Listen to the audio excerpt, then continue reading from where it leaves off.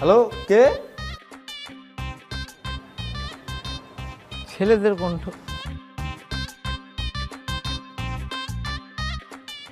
Hello, কে আপনি? এ মিয়া, call দিয়া ফাইজলামি করো। তুমি কল দিছো আর আমার জিগাও আমি কে? এটা সুজানার নাম্বার না?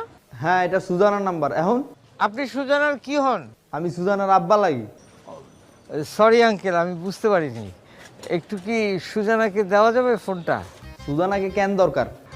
একটু দরকার ছিল, আমি ওর অফিসের কলিগ তো, ওর সাথে একটু প্রয়োজনীয় আলাপ ছিল। কিসের দরকার বলো? আঙ্কেল, অফিসের সিক্রেট ব্যাপার, সুজানার সাথেই আমার কথা বলতে হবে, একটু দিন না ওকে।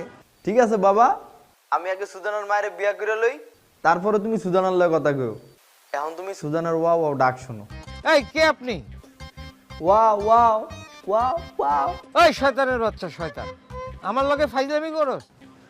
সামনে পাইলে এমন বানানি দিতাম। বেয়াদব কোথাকার, আমার লগে মজা লস। ঘটনাটা কি ঘটলো?